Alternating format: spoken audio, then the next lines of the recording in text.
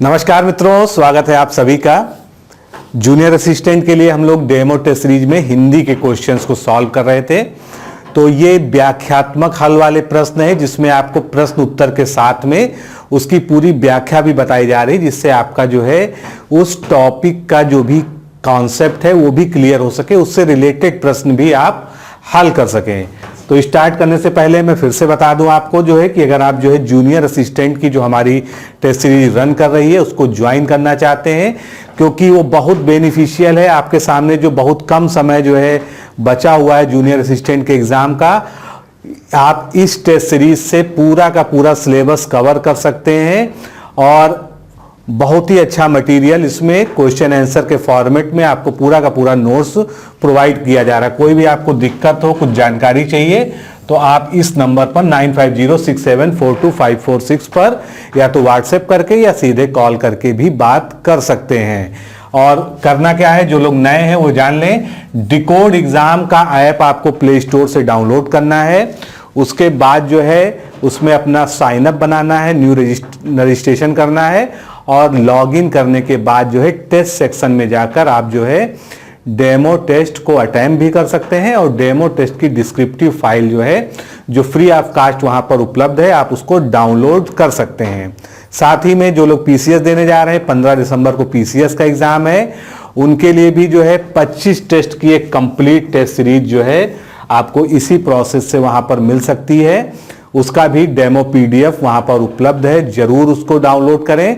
Test को by करना, लेना या ना लेना, ये आप जो है डेमो टेस्ट की पीडीएफ को पढ़ के डेमो टेस्ट को ऑनलाइन अटेम्प्ट करके उसके बाद डिसीजन लीजिएगा। तो चलिए स्टार्ट करते हैं आज के क्वेश्चंस। तो इसका मैंने उत्तर पूछा था आप लोगों से, कई लोगों ने इसका सही जवाब दिया है। तो ये क्या है, 18 नंबर क्वेश्चन, मेरे घर से आपका घर 5 किलोमीटर दूर है। इस वाक्य में घर से में कौन सा कारक है? तो ये स्पष्ट रूप से आप देख सकते हैं, घर से दूरी, यानी यहां पर पृथकता की बात। तो जहां पर पृथकता की बात हो रही होती, अलगाव की बात हो रही होती, वहां पर कौन सा कारक होता है? वहां पर अपादान कारक होता है। अब हम सारे कारक को जो है यहां पर डिस्कस कर लेंगे। इसी तरह से ये हमारी डेमो टेस्ट सीरीज ही है, इसी तरह से हर क्वेश्चन को जो है डिटेल में वहां डिस्क्राइब किया गया है। संज्ञा या सर्वनाम के जिस रूप से वाक्य अन्य शब्दों के साथ उनका संबंध सूचित हो उस रूप को हम कारक कहते हैं, और संज्ञा के जिस रूप से अलगाव का बोध होता है उसे हम अपादान कारक कहते हैं, और उसका विभक्ति चिन्ह क्या है? से। इस वाक्य में घर के दूसरे घर की दूरी यानी अलगाव की स्थिति है, इसलिए यहां पर अपादान कारक है। ये तो इसका स्पष्टीकरण हो गया। अब कारक के विभक्ति चिन्ह और उनकी पहचान के लक्षण क्या क्या है? सबसे पहले हम कर्ता कारक की बात करते हैं, जिसको प्रथमा भी कहते हैं। तो जो काम करे यानी जो काम करने वाला हो वही कर्ता होता है, तो इसका चिन्ह क्या होता है? ने होता है। कर्म जिस पर क्रिया का फल पड़े, को, यानी जो है यहां पर को जो है विभक्ति चिन्ह होता है।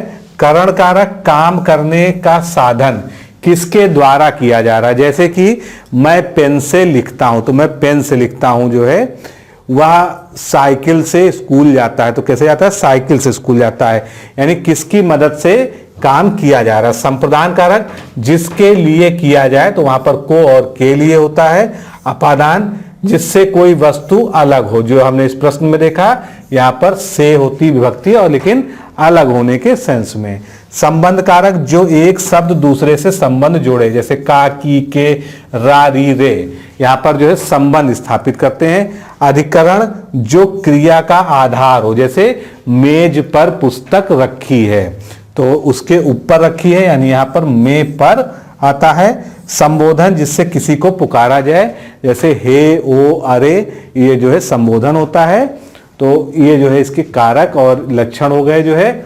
अब अगला प्रश्न देखते हैं, नीचे दिए गए शब्द के विकल्पों में से एक शब्द पर्यायवाची उसका नहीं है, तो हमारे पास शब्द कौन सा है? इंद्र। हमको ये देखना है इनमें से इंद्र का पर्यायवाची शब्द कौन सा नहीं है। तो शक इंद्र का पर्यायवाची, सुरपति भी और पर्वतार भी, ये सभी जो है इंद्र के पर्यायवाची होते हैं। भूपेंद्र इंद्र का पर्यायवाची नहीं होता है। भूपेंद्र मतलब क्या होता है? राजा या नृप या शासक, तो ये जो है भूपेंद्र हो गया। अब हम देखते हैं इंद्र के बहुत सारे पर्यायवाची होते हैं और इंद्र या जितने भी देवी देवता हैं, संज्ञा नाम है, ये ज्यादा पूछे जाते हैं पर्यायवाची में। तो इंद्र में महेंद्र, देवराज, देवेश, सुरपति, सचपति, वासव, पुरंदर, सुरेंद्र, सुरेश, देवेंद्र, मधवा, शक, ये सब पूछे जा चुके हैं। पुरहूत, देवपति, उर्वशनीनाथ, सुनासीर, वज्री, बृहत्ता, नाकापति, सहस्त्राक्ष, ये सभी जो है इंद्र के हो गए। अब राजा का भी चूंकि जिक्र आया है तो राजा के भी पर्यायवाची देख लें। नृप, महीप, नरेश, भूप, भूपेंद्र, नरेंद्र, भूपति, नृपति, अहिपति, महिपति, भूपाल, राव, अवनीपति, महिष, पार्थिव, महिपाल, अवनीश, छोड़ीव, क्षितिपति, अधिपति, ये सभी क्या है? ये सभी राजा के पर्यायवाची हो गए। आगे चलते हैं। इस प्रश्न में एक शब्द दिया गया है जिसके नीचे 4 शब्द अंकित हैं। इनमें से एक शब्द दिए हुए शब्द का समानार्थी है, मतलब एक ही शब्द समानार्थी है, तो हमको सही समानार्थी शब्द जो है इसका चुनना है। तो तुंग जो है ये किसका समानार्थी है? ये उन्नत का समानार्थी शब्द है। आगे अब इसके बारे में जानते हैं और इसके और भी एग्जाम्पल्स देखते हैं पर्यायवाची के इंपॉर्टेंट। तो तुंग का पर्यायवाची क्या होता है? ऊंचा, उन्नत, गगनचुंबी, उच्च, लंबा, ये सभी जो है तुंग के होते हैं। और प्रचंड जो है उग्र का पर्यायवाची होता है। पहाड़, चूंकि तुंग जो है पहाड़ का भी जो समानार्थी है, तो पहाड़ का पर्वत, अचल, गिरि, नग, भूधर, महीधर, शैल, अद्रि, मेरु, धराधर, नाग, गोत्र और शिखरी, ये सभी जो है पहाड़ के पर्यायवाची शब्द है। अद्रि शब्द का अर्थ है, अभी जो है अगर आपने सुना हो, ठीक पीछे मैंने अद्रि शब्द बोला था, कहां पर? पर्वत के पर्यायवाची में। यानी अद्रि का अर्थ क्या आ जाएगा? पर्वत। अद्रि जो है पर्वत का समानार्थी या पर्यायवाची शब्द है। अब हम पर्यायवाची शब्दों की बात कर रहे हैं तो ढेर सारे उदाहरण यहां पर देख लेते हैं और ऐसे शब्द जो एग्जाम में बार बार पूछे जाते हैं। तो पहले अद्रि की बात कर ले। तुंग, धरणीधर, पर्वत, पहाड़, गिरि, अचल, नग, भूधर, महीधर, शैल, नगपति, शिखर, भूभृत, धराधर, श्रृंगी, यानी जितने भी पर्वत के पर्यायवाची हैं सभी जो है इसके अंतर्गत आ जाएंगे। अब सूर्य का जो है पर्यायवाची बहुत ज्यादा पूछा जाता है, तो सूर्य के बहुत सारे होते हैं, यहां पर हम सब पढ़ेंगे क्योंकि जो ये सभी बहुत इंपॉर्टेंट है। रवि, सूरज, दिनकर, प्रभाकर, आदित्य, दिनेश, भास्कर, दिवाकर, मार्तंड, अंशुमाली, दीननाथ, अर्क, तमरी, भूषण, तरंगी, तरण, पतंग, मित्र, भानु, सविता, छायानाथ, मरीचि, दिवसाधिप, विवस्वान, विवावसु, अंबर, मणि, खग, गभास्तिमान, हिरण्यगर्भ, नक्षमाधिपति, सूर्य, विरोचन, पूषण, आर्यमा। अगर पढ़ते रहिए तो बहुत हैं, इतने सारे होते हैं क्योंकि देवी देवताओं के जो नाम होते हैं उनके जो है बहुत सारे पर्यायवाची होते हैं। और एक चीज आप जरूर देखेंगे, सारंग जो है आपको कई जो है पर्यायवाची में मिलेगा क्योंकि सारंग एक अनेकार्थी शब्द है। अब कुछ और महत्वपूर्ण पर्यायवाची शब्द देख लेते हैं। सुंदरता, लावण्य, सौम्यता, रमणीयता, शोभा, स्त्री, कमनीयता, चारुता, रुचिरता, छवि, कांति, रमणता, सौंदर्य, छटा, सुषमा, ये सभी सुंदरता के जो है पर्यायवाची हो गए। सुंदर के रुचिर, चारु, सुहावन, सौम्य, मोहक, रमणीय, ललित, चित्ताकर्षक, ललाम, कमनीय, रम्य, कलित, मंजुल, मनोज, मन भावन। सुगंध का खुशबू, सुरभि, सौरभ, सुवास, ये सभी आप लोग के नाम भी कई लोग के होंगे। तर्पण, सुगंधि, मदगांध, सुवास, महक। सीता जी के जानकी, भूमिजा बहुत ज्यादा पूछा जाता है, इसको ध्यान दीजिएगा। वैदेही, रामप्रिया, अयोनिज, जनक सुता, जनक दुलारी, सिया, ये सभी सीता माता के नाम हैं। सिंह के भी बहुत सारे पर्यायवाची हैं और पूछे जाते हैं। केसरी, शेर, महावीर, हरि, मृगपति, वनराज, शार्दुल कई बार पूछा जा चुका है। नाहर, सारंग, सारंग मैंने भी बताया जो है अनेकार्थी है, कई के उसमें मिलेगा आपको। मृगराज, मृगेंद्र, पंचमुख, हर्यक्ष, पंचास्य, पारिंद्र, श्वेत पिंगल, तो ये सभी जो है बहुत सारे जो है सूर्य के सिंह के पर्यायवाची हैं। सर्प बहुत इंपॉर्टेंट है, ये भी आता रहता है।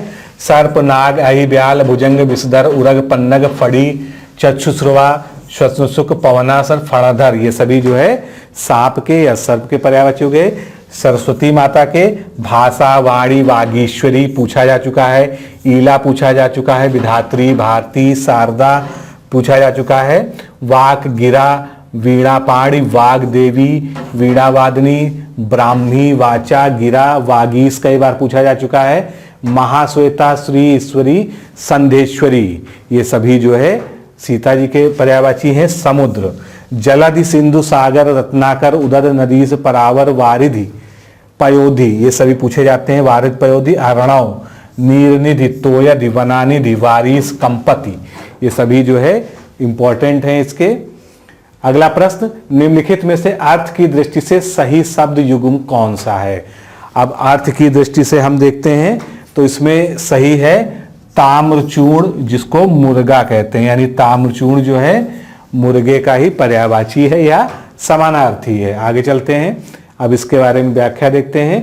तो मुर्गे के लिए तमचूर या तामचूर, अरुणशिला, तामचूर्ण, कुक्कुट, चरणायुद्ध, ये सभी मुर्गे के पर्यायवाची शब्द हैं। जात वेद अग्नि का है। जात रूप, ये सभी अभी प्रयोग हुए हैं, देखा होगा आपने। जात वेद, लोहे, यहाँ पर लोहा लिखा था, तो जात वेद किसका होता है, अग्नि का होता है। जात रूप किसका होता है, सोना का होता है, सरस्वती का तथा परभृत कोयल का, और पर्यायवाची। तो जात रूप आप यहाँ पर देख रहे हैं, ये एक अनेकार्थी शब्द है। ये सोने के लिए भी यूज होता है और सरस्वती के लिए भी पर्यायवाची की तरह यूज होता है। अब कुछ और पर्यायवाची शब्द, क्योंकि पर्यायवाची जो है बहुत पूछे जाते हैं। अग्नि का आग, अनल, पावक, वहीन, ज्वाला, कृशानु, वैश्वानर, धनंजय, दहन। निश्चित रूप से जो है आपके पास ये PDF है, अगर नहीं है तो आप इसको डाउनलोड कर लीजिए, जो मैंने आपको तरीका बताया है ऐप में जाकर, जिससे कि अगर आप मेरे पढ़ाने के बाद एक बार इसको और अच्छे से खुद से पढ़ लेंगे, रिवाइज कर लेंगे तो तैयार हो जाएगा। सोना का स्वर्ण, कंचन, कनक, सुवर्ण, हाटक, हिरण्य, सब कई बार पूछा जाता है। सरस्वती की अभी हम बात कर ही चुके। कोयल, पिक, कलंकक, कोकिल, श्यामा, काकपाली, वसंत दूत, सारिका, कोकिनी, वनप्रिया, सारंग। अब आप सारंग यहाँ देख सकते हैं, कोयल में भी सारंग आता है। कलापी, कोकिल, परभृत। इसके अलावा लक्ष्मी जी का बहुत पूछा जाता है। कमला, पद्मा, रमा, हरिप्रिया, श्री, इंदिरा, पद्मासना, लोकमाता, कई सारे हैं। लक्ष्मण जी का लखन, सौमित्र, रामानुज, लसन, शेषावतार, मेघनारी। रोगी को हम क्या कहते हैं, बीमार, अस्वस्थ, रुग्ण, व्याघ्रस कहते हैं। रावण के दशानन, लंकापति, लंकेश, दशकंद, दशानन। राम जी के पर्यायवाची रघुपति, सीतापति, रघुराई, राघव, दशरथ नंदन, दशरथ सुत, रघुकुल, मणि, सियावर, जानकी वल्लभ, रघुकुल तिलक। ये सभी जो है फेमस नाम है, आप लोग जो है इसमें से कई सारे बोलते भी रहे होंगे रोज। राधा, व्रस, भानुजा, ब्रजरानी, कृष्ण प्रिया, राधिका, ये राधा जी के। रात्रिका, रात, रजनी, निशा, क्षमा, वामा पूछा गया था अभी। यामिनी पूछा गया है। सरबरी, यामा, त्रिभामा, विभावरी, तमी, क्षणदा, तमिशा, राका और सारंग। तो आप इस सारंग एक जगह आपको और मिल गया, इसको नोट करते रहिएगा। रात्रि में भी सारंग यूज होता है। राजा के भी हम लोगों ने पढ़ाई थे। रक्त का खून, लहू, रुधिर, युवती का किशोरी, तरुणी और श्यामा। युद्ध का रण, संग्राम, समर, लड़ाई। यमुना का कृष्णा, कालिंदी, कालिंदी इसमें से पूछा गया है। सूरजा पूछा गया है और तनुजा भी पूछा गया है। अर्कजा, रवि तनया, जमुना और श्यामा, ये सभी जो है यमुना के पर्यायवाची हो गए। अगला प्रश्न देखते हैं, पौरुष शब्द का इसमें से विलोम क्या होगा। तो पौरुष का जो है अपौरुष या अपरुष भी होता है। और इसके अलावा अगर हम बात करें, परकीय का क्या होता है, स्वकीय होता है।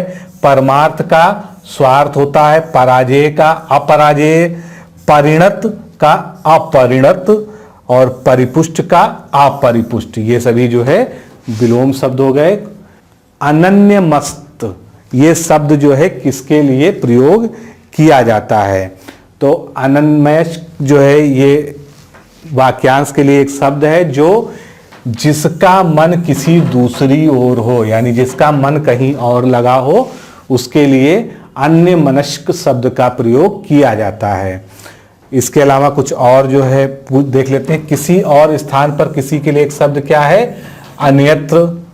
अपकृत किसके लिए? जिसका अपकार किया गया हो। अपंग किसे कहते हैं? जिसके अंग दुरुस्त ना हो या सही ना हो वो अपंग हो गया। जिसे मारना उचित ना हो उसको अवध्य कहते हैं। जिसका वर्णन ना हो सके उसको अवर्ण्य कहते हैं। तो ये सभी जो है वाक्यांश के लिए एक शब्द है। खेत रहना, इस मुहावरे का क्या अर्थ है? तो इसका अर्थ होता है शहीद हो जाना या वीर गति को प्राप्त हो जाना। अब कुछ और जो है मुहावरे देखते हैं जो महत्वपूर्ण है। उड़ती चिड़िया पहचानना, यानी मन की रहस्य की बात समझ लेना। अपनी खिचड़ी खुद पकाना, यानी मिलजुल कर ना रहना, अलग अलग रहना। अपना उल्लू सीधा करना, यानी स्वार्थ सिद्ध कर लेना। अपना सा मुंह लेकर रहना, यानी लज्जित होना। अरमान निकालना, यानी मन का गुबार या मन में जो आए वो पूरा करना। अपने मुंह मियाँ मिट्ठू बनना, यानी अपनी बड़ाई स्वयं करना। अपने पांव पर कुल्हाड़ी मारना, यानी जानबूझकर अपना नुकसान कर लेना। अपना राग अलापना, यानी अपनी ही बातों पर बल देना, दूसरी की बात को तवज्जो ना देना या ना सुनना। अगर मगर करना, यानी बहाने बनाना। अटकले भिड़ाना, यानी उपाय सोचना। अपने पैरों पर खड़ा होना, यानी स्वावलंबी होना। अक्षर से भेंट ना होना, यानी अनपढ़ व्यक्ति। आंख उठाना, यानी देखने का साहस करना। आंख खुलना का मतलब होश आना। आंख लगना का मतलब नींद में आ जाना या प्यार होना, दोनों ही चीजें होती हैं। आंखों पर पर्दा पड़ना, लोभ के कारण सच्चाई जो है दिखाई नहीं देती है, तब कहते हैं आंखों पर पर्दा पड़ गया है। आंखों में समाना, यानी दिल में बस जाना। आंखें चुराना, यानी अनदेखा करना। आंखें चार होना, यानी आमने सामने होना या प्रेम होना। तो ये जो है मुहावरे थे। 2-3 और बचे हुए हैं। आंखें दिखाना, गुस्से में देखना। आंखें फेरना, बदल जाना या प्रतिकूल होना। आंख पथरा जाना, यानी देखते देखते थक जाना। अगला, जूतियों में डाल बांटना, ये एक मुहावरा है। किस सेंस में प्रयोग होता है? यानी लड़ाई झगड़ा करना, अनबन हो जाना, आपस में टेंशन हो जाना। तो लड़ाई झगड़ा हो जाना इसका जो है अर्थ है। आगे और उदाहरण देखते हैं। आंच ना आने देना, यानी थोड़ी भी हानि ना होने देना। आंसू पीकर रह जाना या भीतर ही भीतर दुखी होना। आकाश के तारे तोड़ना, यानी असंभव कार्य करना। आकाश पाताल एक करना, यानी कठिन प्रयत्न करना, बहुत ज्यादा जो है मेहनत करना। आग में घी डालना, यानी क्रोध और बढ़ा देना। आग से खेलना, यानी जानबूझकर मुसीबत में फंसना। आग पर पानी डालना, यानी उत्तेजित व्यक्ति को शांत करना। आटे दाल का भाव मालूम होना, यानी कठिनाइयों में पड़ जाना, कठिन परिस्थितियों में पड़ जाना। आसमान से बातें करना, यानी ऊंची कल्पना करना। आड़े हाथों लेना, यानी किसी को खरी खोटी सुनाना। आसमान सिर उठाना, यानी बहुत ज्यादा शोर करना या बहुत ज्यादा बवाल मचाना। आंचल पसारना, यानी भीख मांगना। आंधी के आम होना, यानी बहुत ही सस्ते में कोई वस्तु मिल जाए तो उसको हम कहते हैं आंधी का आम। आंसू पोंछना, धैर्य किसी को प्रदान करना। आग पानी का बैर, यानी स्वाभाविक रूप से नेचुरल तरीके से अगर किसी में आपस में शत्रुता हो। आसमान पर चढ़ना, बहुत अधिक अभिमान करना। आग बबूला होना, यानी बहुत क्रोध करना। आपे से बाहर होना, अत्यधिक क्रोध पे काबू में ना रह पाना। तो ये सब जो है कुछ प्रमुख है। आगे, आकाश का फूल, यानी अप्राप्य वस्तु। आसमान पर उड़ना, यानी अभिमानी होना, अभिमान होना। आस्तीन का सांप, विश्वासघात करने वाला मित्र। आकाश चूमना, यानी बहुत ऊंचा होना। आग लगने पर कुआं खोदना, यानी किसी समस्या के लिए पहले से कोई उपाय ना करना, जब वो समस्या सामने हो तब उसका उपाय ढूंढना। अगला प्रश्न, गरीब किस भाषा का शब्द है? तो गरीब जो है एक विदेशज शब्द है, जो है ये देशज शब्द या तद्भव तत्सम नहीं है। तो ये किसका है? अरबी भाषा का जो है एक शब्द है। अब गरीब अरबी भाषा के शब्द हैं। अरबी भाषा के बहुत सारे शब्द जो है हिंदी में यथावत यूज होते हैं, क्योंकि हमारे देश पर जितने भी तरह के बाहरी लोगों ने शासन किया है या जिनसे संबंध रहा पूर्व काल में, तो वहाँ की भाषा जो है यहाँ पर हिंदी में मिक्स हुई। और ये ढेर सारे शब्द हैं, अजब, अदा, अमीर, अजीब, अजायब, अदायब, अदावत, अकल, असर, अहमक, अल्लाह, आसार, आखिर, आदमी, आदत, इनाम, इजलास, इद्दत, इमारत। तो आप इसको पीडीएफ में अच्छे से पढ़ लीजिएगा, बहुत लंबी चौड़ी लिस्ट है ये। फारसी शब्द भी इसी में दिए हुए हैं। फारसी शब्द अफसोस, आबादार, आबरू, आतिशबाजी, अदा, आराम, आमदनी, आवारा, आफत, आवाज, आईना, उम्मीद, कबूतर, कमीना, कुश्ती, किशमिश, कमरबंद। तो ये सभी जो है फारसी शब्द हैं, इसको भी देख लीजिएगा। अब ये एक सूची हमारे सामने है, इसको मिलान करना है। इसमें कुछ शब्द दिए हैं और वो शब्द किस प्रकार के हैं ये हमको मिलान करना। चलिए एक एक को हम देखते हैं। सबसे पहले हम बात करते हैं खचाखच। तो खचाखच कैसा है? ये एक देशज शब्द है, देसी शब्द है। फिर दूसरा हम लेते हैं मुरलीधर। तो मुरलीधर कैसा शब्द हो जाएगा? योग रूढ़ हो जाएगा। क्यों? क्योंकि मुरलीधर तो एक यौगिक शब्द है, लेकिन इसका अर्थ क्या निकलता है? भगवान श्री कृष्ण को मुरलीधर कहते हैं। तो ये कैसा हो गया? एक योग रूढ़ शब्द हो गया। अब टिकट घर, ये कैसा शब्द है? संकर शब्द है, क्योंकि टिकट विदेशी भाषा का शब्द है और घर जो है हमारी देशज शब्द है। तो ये संकर शब्द हो गया। सांप किस तरह का शब्द हो गया? तद्भव शब्द हो गया, क्योंकि सांप का जो है तत्सम क्या होता है? सर्प होता है। तो इस तरह से आपका बी ऑप्शन करेक्ट हो गया। तो रचना या बनावट के आधार पर शब्द तीन प्रकार के होते हैं, रूढ़ शब्द, यौगिक शब्द और योग रूढ़, जो हमने पीछे देखा। रूढ़ शब्द कौन से होते हैं? जो शब्द हमेशा किसी विशेष अर्थ को ही प्रकट करते हो तथा जिनके खंडों का कोई भी अर्थ ना निकले, उनको जो है रूढ़ कहते हैं। जैसे नाक शब्द है, अब इसको आपने ना और का में तोड़ दिया तो दोनों का कोई अपने आप में स्वतंत्र सार्थक अर्थ जो है नहीं निकलेगा। यौगिक शब्द, जो शब्द अन्य शब्दों के योग से बनता है और जिनके प्रत्येक खंड का कोई ना कोई अर्थ होता है, उन्हें हम यौगिक शब्द कहते हैं। तो जैसे यौगिक यानी योग से बनने वाला, इसका उदाहरण देखते हैं। जैसे कहते हैं आग बबूला, तो आग और बबूला दोनों के जो है अलग अलग सेपरेट अर्थ हैं। पीलापन, दोनों शब्द जो है आपस में जुड़ तो गए हैं, लेकिन इनको अगर अलग करेंगे तो इनके अलग अलग अर्थ। दूध वाला, घुड़सवार, डाकघर, विद्यालय, ये सभी जो है सार्थक खंड हैं, ये यौगिक हैं।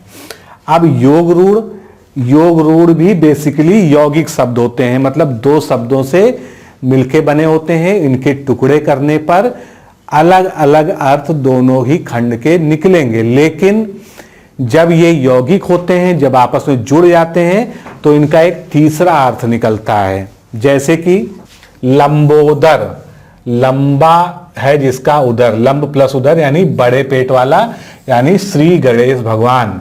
दशानन, दस है जिसके आनन, यानी रावण। पंकज यानी कीचड़ में जन्म लेने वाला कमल। तो ये सभी क्या है? यौगिक होते हुए भी उनका एक विशेष अर्थ निकलता है, जो उस यौगिक शब्द के अर्थ से सर्वथा भिन्न होता है। एक नया अर्थ निकलता है, वो जो है योग रूढ़ शब्द होते हैं। अब देशज और विदेशज शब्द की भी बात कर लेते हैं।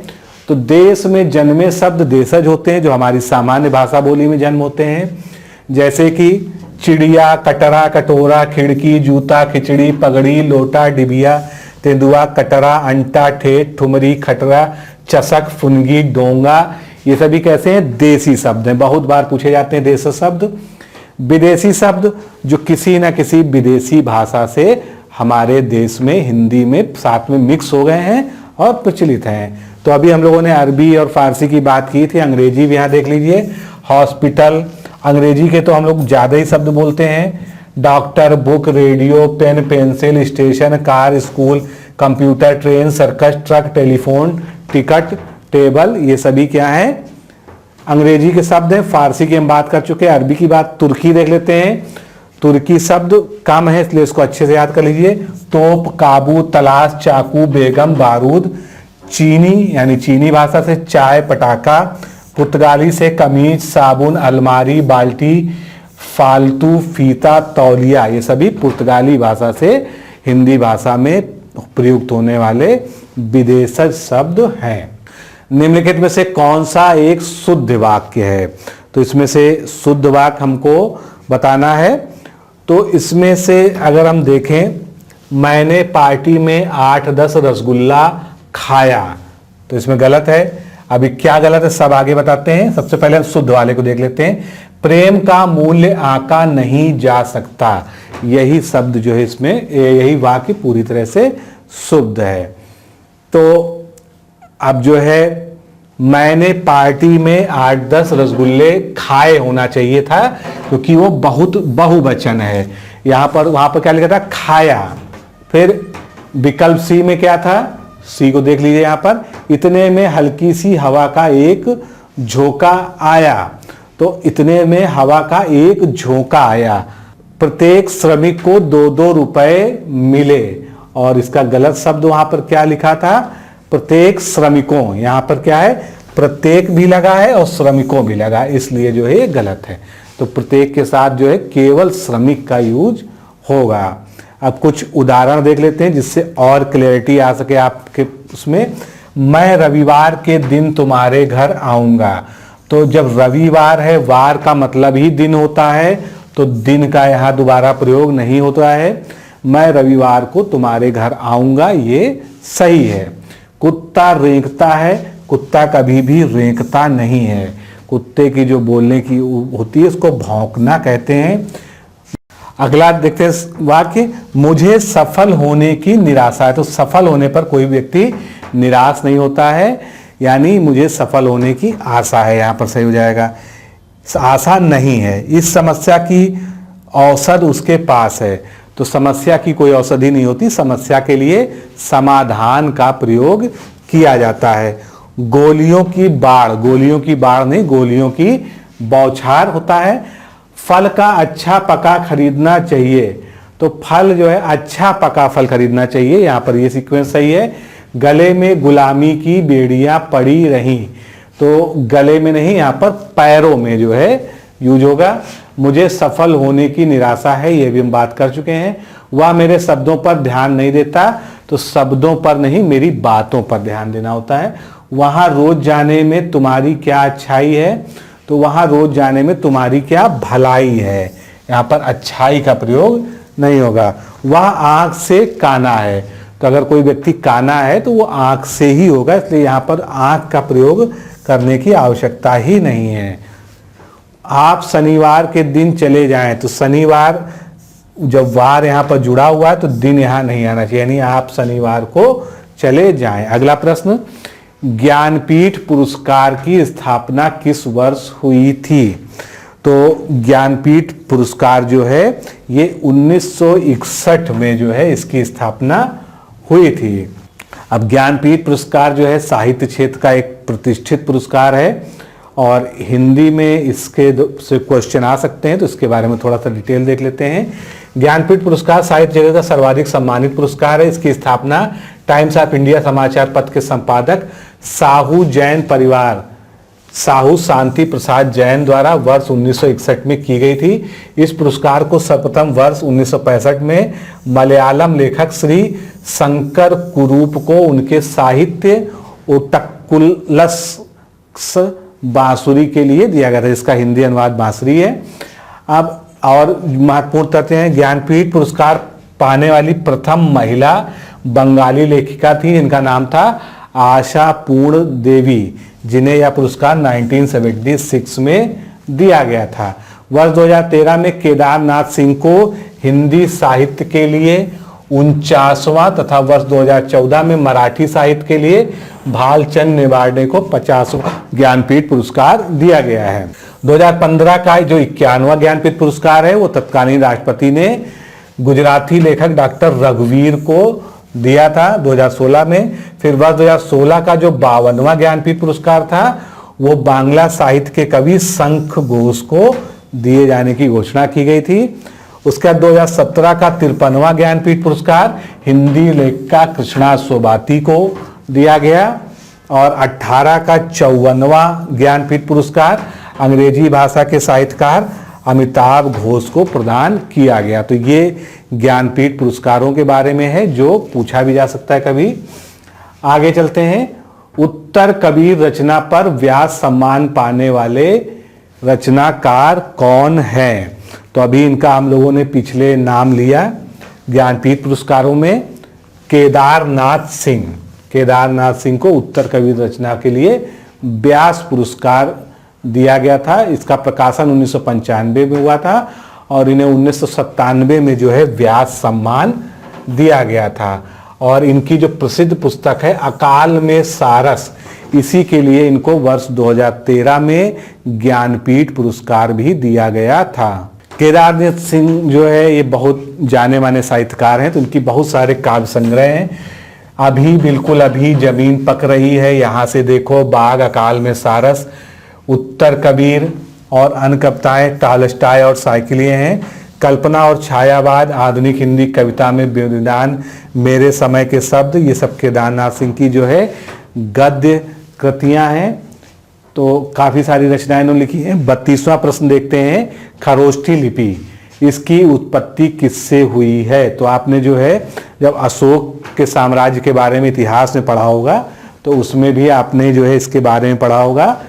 खरोष्ठी लिपि जो है ये प्राचीन लिपि है जिसकी उत्पत्ति अरमाइक से हुई है। तो खरोष्ठी लिपि जो है गांधारी लिपि के नाम से भी जानी जाती है, ये जरूर याद रखिएगा, इसका अल्टरनेट नाम। और जो गांधारी और संस्कृत भाषा को लिपिबद्ध करने में प्रयोग में आती है। इसका प्रयोग 3री शताब्दी ईसा पूर्व से 3री शताब्दी तक प्रमुख रूप से दक्षिण से एशिया में होता रहा। और खरोष्ठी लिपि की विशेषता क्या है? ये दाएं से बाएं की ओर लिखी जाती थी। अब इससे जो है कुछ और लिपियों से जुड़े जो है महत्वपूर्ण तथ्य क्या है? आरंभ में भावों या विचारों को व्यक्त करने के लिए चित्रों का प्रयोग किया जाता था, जिन्हें चित्र कहते थे। उस समय कोई काखा गाघा वाली कोई भी लिपि नहीं होती थी, चित्रों के माध्यम से जो है बात कही जाती थी। ललित विस्तार नामक ग्रंथ में कहा गया है कि बोधिसत्व ने 64 लिपियां सीखी थी। कीलाक्षर लिपि लिखने के लिए, जो नाम ही से स्पष्ट है, कीलाक्षर मिट्टी के छोटे छोटे फलक प्रयोग में लाए जाते थे। गीली चिकनी मिट्टी को गूंथ कर और थाप कर एक फलक अथवा पट्टी का आकार दे दिया जाता था। तत्पश्चात लिपिक इसकी नम एवं चिकनी सतह पर सरकंडे की तीली से या उसकी नोक से कीलाक्षर चिन्ह बना देता था। बाद में उन फलकों को धूप में सुखा लिया जाता था, क्योंकि उस समय ना कागज था, ना कॉपी था, ना पेन था, तो यही सबसे बेस्ट मेथड था। और भट्टी में पका लिया जाता था। सुमेरियाइयों की लिपि को कीलाक्षर लिपि या क्यूनिफॉर्म के नाम से जाना जाता था। अगला, तरन तर्जा नीर सोहत श्याम शरीर सम, इसमें कौन सा अलंकार है? तो ये आप जानते होंगे, प्रतीप अलंकार। जहां पर जो है बिल्कुल एक दूसरे का उलट होता है। प्रस्तुत पंक्ति में तरन तर्जा यमुना के जल के उपमेय तथा श्याम शरीर को उपमान बना दिया गया है। यहां पर प्रतीप अलंकार, यानी प्रतीप का अर्थ क्या होता है? उल्टा या विपरीत। यह उपमा अलंकार के बिल्कुल विपरीत होता है, क्योंकि इसमें अलंकार उपमान को लज्जित, पराजित या हीन दिखाकर उपमेय की श्रेष्ठता बताता है। तो इसलिए जो है इसको पहचानना भी आसान होता है। आगे चलते हैं। अगला प्रश्न, आधा पात बबूल का तामे तनिक पिसान, लाला जी करने लगे छठे क्षमा से दान, इसमें कौन सा रस है? तो अगर आप इसको ध्यान से पढ़िए तो इसमें कौन सा रस है? हास्य रस है, और कोई भी रस नहीं है। हास्य रस में जो क्या होता है, विचित्र स्थितियों में या परिस्थितियों में हंसी उत्पन्न हो तो हास्य होता है, इसका स्थायी भाव जो है हास होता है। दोहे और रोले को क्रम से मिलाने पर कौन सा छंद बनता है? तो दोरे और रोले को मिलाकर जो है अगर क्रम से मिलाया जाता है तो कुंडलिया बनता है। ये एक जो है संयुक्त विषम मात्रिक छंद होता है। कभी कभी इस तरह से भी प्रश्न पूछ लेते हैं कि इसका प्रकार क्या है। तो ये एक संयुक्त विषम मात्रिक छंद होता है। इसका निर्माण दो मात्रिक छंदों, कौन कौन से? दोहा और रोला के योग से होता है। पहले एक दोहा रख लेते हैं, उसके बाद दोहे के चौथे चरण के आरंभ कर यदि एक रोला रख दिया जाता है तो वही कुंडलिया छंद बन जाता है। जिस शब्द से कुंडलिया प्रारंभ हो जाता है समाप्ति भी वही शब्द पर होनी चाहिए। ये परंपरा से होता है, लेकिन अब ये जो है साहित्य में इसका प्रयोग बहुत लोग छोड़ चुके हैं। दोहा के प्रथम और तृतीय चरण में 13 मात्राएं और द्वितीय चतुर्थ में 11-11 होती है, इसलिए हम कहते हैं 13-11 13-11, ये सब लोग को याद है। इसी प्रकार दोहे के 4 चरण कुंडलिया के 2 चरण बन जाते हैं और रोला जो है सममात्रिक छंद है जिसके प्रत्येक चरण में 24 मात्राएं होती हैं। तो प्रारंभ में 2 चरणों में 13-11 13-11 यति होती है, अंत में 4 चरणों में 11-13 11-13 की यति होती है। नल बूंद बूंद टपक रहा है, इसमें जो बूंद बूंद की ओर रेखांकित किया गया है ये किस प्रकार का शब्द है? तो बूंद बूंद जो है ये क्रिया विशेषण है, क्योंकि ये क्रिया की विशेषता बता रहा है। नल कैसे टपक रहा है, टपकना क्या है, क्रिया है, तो बूंद बूंद करके टपक रहा है, इसलिए जो है ये क्रिया विशेषण है। कुछ और उदाहरण क्रिया विशेषण के देखते हैं। वह चलता है, कैसे चलता है, धीरे धीरे चलता है। खरगोश दौड़ता है, कैसे दौड़ता है, तेज दौड़ता है। मेज किताब रखी है, मेज पर रखी है, तो किसके ऊपर रखी, मेज के ऊपर। कुत्ता भागता है, तेज भागता है। संगीता पढ़ती है, कितना, बहुत पढ़ती है। यानी ये सारी क्रियाओं की विशेषता बताने वाले शब्द हैं। हम प्रतिदिन टहलने जाते हैं, वह रोज अल्पाहार लेता है। अशोक थोड़ा दौड़ाता है। तो पिछले एक प्रश्न में भी जो है हम लोगों ने इस सीरीज में ये चीज देखी थी। भाववाचक संज्ञा इनमें से कौन सी है? तो लड़कपन, ये जो है भाववाचक संज्ञा है। आगे अभी हम कई सारे उदाहरण भी देखते हैं। लड़का शब्द से भाववाचक संज्ञा क्या बन जाती है? लड़कपन। पुरुष से पुरुषत्व, मनुष्य से मनुष्यता, पशु से पशुत्व, भार से भारीपन, मित्र से मित्रता, किशोर से किशोरपन, दास से दासता, मानव से मानवता, प्रभु से प्रभुता, पंडित से पांडित्य, शत्रु से शत्रुता, क्षत्रिय से क्षत्रियत्व, ये सभी पूछे जाते हैं। इसी तरह से विद्वान विद्वता, शिशु का शैशव, साधु का साधुता, पंच का पंचायत, गुरु का गुरुता, बंधु का बंधुत्व, बाल का बालपन, देव का देवत्व, बालक का बालकपन, तो नारी का नारीपन या नारीत्व। तो इस तरह से जो है हम त्वा और पन ये सब शब्दों का प्रयोग करके ज्यादातर जो है भाववाचक संज्ञा बना लेते हैं। किशोर में किशोरपन हो जाएगा, शत्रु का शत्रुता हो जाएगा, कृपण का कृपणता, बहन का बहनापा। तो ये सभी जो है इंपॉर्टेंट है। अगला, निम्नलिखित में कौन सी रचना मीराबाई की है? तो मीराबाई की रचना इसमें से कौन सी है? पदावली है। साखी, बीजक और सबद और रामायणी, ये सब किसकी हैं? कबीरदास जी की रचनाएं हैं। तो मीराबाई जी की जितनी भी रचनाएं थी उनका एक कलेक्शन हुआ था, संग्रह हुआ था, और वो पदावली के नाम से संग्रहित होकर प्रकाशित हुई थी। इनकी रचनाएं कौन कौन सी हैं वैसे? गीत गोविंद के टीके, सोरठा के पद, राग गोविंद, नरसिंजोरो, मायरो, ये सभी जो है इनके हैं जो कि कृष्ण भक्ति शाखा से संबंधित हैं। मैथिली बोली का कहाँ पर प्रयोग होता है? तो मैथिली आप जानते हैं प्रमुख रूप से बिहार में बोली जाती है, क्योंकि ये बिहारी उपभाषा जो हिंदी की है उसकी एक बोली है। मैथिली बोली का जो विकास हुआ है वो किस अपभ्रंश से हुआ है? बहुत इंपॉर्टेंट क्वेश्चन है। मागधी अपभ्रंश से। मागधी अपभ्रंश से होने वाली बिहारी है, जिसके अंतर्गत भोजपुरी, मैथिली, मगही आता है। साथ में बंगला, उड़िया और असमिया भाषाएं भी, ये सभी जो है बोलियां मागधी अपभ्रंश से विकसित हुई हैं। अब मैथिली जो है भारत के बाहर भी बोली जाती है, क्योंकि नेपाल और जो बिहार का जो है तराई वाला इलाका, सटा हुआ इलाका है, वहाँ भी जो है बोला जाता है इसको। अब ये सारे जिले बिहार के दिए हुए हैं जहाँ जहाँ बोली जाती हैं। एक इसमें खास बात ये भी है कि बंगला, असमिया और उड़िया के साथ इसकी उत्पत्ति मागधी प्राकृत से ही हुई है, और वर्ष 2003 में मैथिली भाषा को भारतीय संविधान की 8वीं अनुसूची में दर्ज करके इसको सम्मिलित किया गया है। इसको पहले मिथिलाक्षर तथा कैथी लिपि में लिखा जाता था। ये भी इंपॉर्टेंट है। और यही लिपियां जो है बंगला की भी हैं और असमिया की भी हैं, पर कालांतर में से देवनागरी लिपि में लिखा जाने लगा है। सार्थक शब्द को पहचानिए। तो इसमें से सार्थक शब्द यानी ऐसा शब्द जो है जिसका कोई ना कोई अर्थ हो, जिसका अर्थ नहीं होगा वो सार्थक नहीं होगा। तो इसमें से दाना जो है ये एक सार्थक शब्द है। बाकी वीणा, वाना, वाय ये सभी जो है निरर्थक शब्द हैं। अब थोड़ा सा जो है इस पे भी एक चर्चा कर लेते हैं अच्छी जो है पूरा, जिससे ये कॉन्सेप्ट क्लियर हो सके आपका।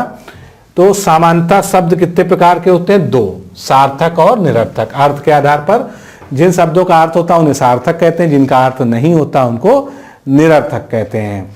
जैसे मोहन, रात, घर, आना, नीचे, ऊपर, ये सभी सार्थक हैं। इनसे किसी निश्चित अर्थ का बोध नहीं कराने वाले शब्द कौन से होते हैं? निरर्थक हो जाते हैं। जैसे दान, वाना, ये सभी जो अभी पीछे हमने देखे हैं। व्याकरण के अनुसार सार्थक शब्दों के 8 भेद होते हैं। इसमें से प्रथम 4 जो है विकारी होते हैं, संज्ञा, सर्वनाम, विशेषण और क्रिया, और बाकी जो है अविकारी, क्योंकि ये शब्द लिंग, वचन, कारक आदि से विकृत हो जाते हैं, इसीलिए इनको विकारी कहते हैं। अब शब्दों को हम कई तरह से विभाजित करते हैं। एक होता है वाक्य में प्रयोग के आधार पर, जिसमें जो है सार्थक और निरर्थक हो जाएगा। रचना या बनावट के आधार पर तो हम लोगों ने पीछे ही पढ़ा, रूढ़, यौगिक तथा योग रूढ़। उत्पत्ति या स्रोत के आधार पर तत्सम, तत्सम, देशज, विदेशज। व्याकरणिक प्राकार के आधार पर विकारी तथा अविकारी, या इसको ये भी कहते हैं विकार उत्पन्न होने के आधार पर विकारी, अविकारी। अर्थ की दृष्टि से पर्यायवाची, विलोम, अनेकार्थी, वाक्यांश के लिए एक शब्द, एकार्थी शब्द तथा समानार्थी, समानाभासी, युग्म शब्द। इनके अतिरिक्त व्यवहार में भी 2 तरह के और शब्दों का प्रयोग होता है। एक को हम सामान्य शब्द कहते हैं, जनरल, और एक को तकनीकी, टेक्निकल वर्ड्स। तो सामान्य शब्द और टेक्निकल शब्द। व्यवहार के आधार पर संज्ञा, सर्वनाम, विशेषण, क्रिया और अव्यय। अब ये शब्दों की बात हो गई। पद क्या होते हैं? पद भी जो है शब्द ही होते हैं, लेकिन जब कोई शब्द किसी वाक्य में प्रयोग कर दिया जाता है तो वो कुछ व्याकरणिक नियमों से बंध जाता है, तब उसको हम पद कहते हैं। बस इतना सा अंतर है। तो दोस्तों इस तरह से जो है हम लोगों ने 40 क्वेश्चन पूरे कर लिए हैं। अब डेमो टेस्ट में 20 और क्वेश्चन बचे हैं, जिसको अगले पार्ट में हम लोग कंप्लीट करेंगे। तो आज के लिए इतना ही। नमस्कार, धन्यवाद।